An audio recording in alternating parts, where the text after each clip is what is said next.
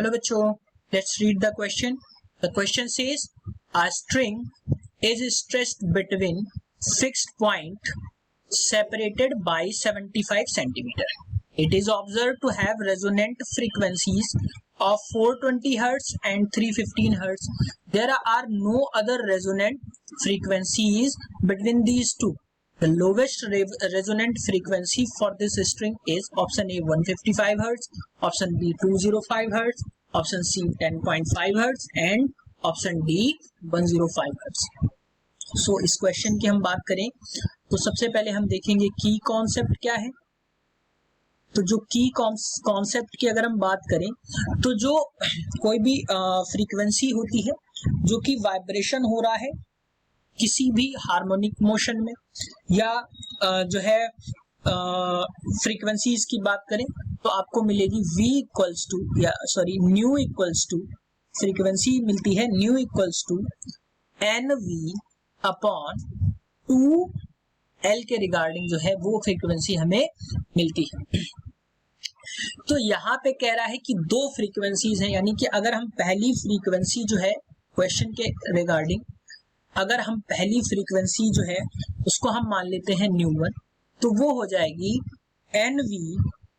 NV upon 2L और दूसरी consecutive frequency है क्योंकि इनके बीच में कोई भी अदर फ्रीक्वेंसी काम नहीं कर रही है, तो कॉन्जिक्यूटिव फ्रीक्वेंसी जो होगी वो हो जाएगी N+1 क्योंकि पहली जुड़ रही है उसमें और V अपॉन 2L। यहां से ये हमें मिल जाएगा। फर्दर अगर हम इनके बीच का डिफरेंस जो हम देखें तो nu one minus nu two equals to हमें मिल जाएगा 420 माइनस 315, तो ये हमें मिल जाएगा जो हम देखेंगे तो ये हमें मिल जाएगा 105 हर्ट्ज। 105 हर्ट्ज के बराबर हमें ये डिफरेंस जो है वो मिलेगा।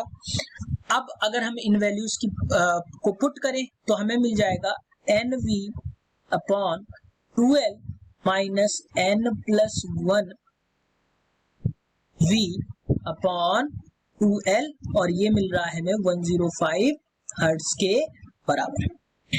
सो अगर हम इसको फर्दर और डिस्क्राइब करेंगे तो ये हमें मिल जाएगा जब हम इसको घटाएंगे NV अपॉन 2L से N+1 अपॉन 2L से, तो ये हमें मिल जाएगा V upon 2L equals to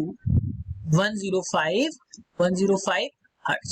सो अगर हम देखें तो इसकी जो लोवेस्ट फ्रीक्वेंसी होगी वो वही होगी जिसमें n की वैल्यू क्या रहे 1 रहे, वही इसकी लोवेस्ट फ्रीक्वेंसी होगी। और हम यहाँ से जब हम देख रहे हैं तो हमें पता चल रहा है कि यहाँ पे n की वैल्यू जो है वो 1 है, तो V अपॉन 2L जो होगी वो 105 हर्ट्ज के बराबर होगी। So appropriate answer for this question is option D, that is 105 hertz. Hope you understood it well.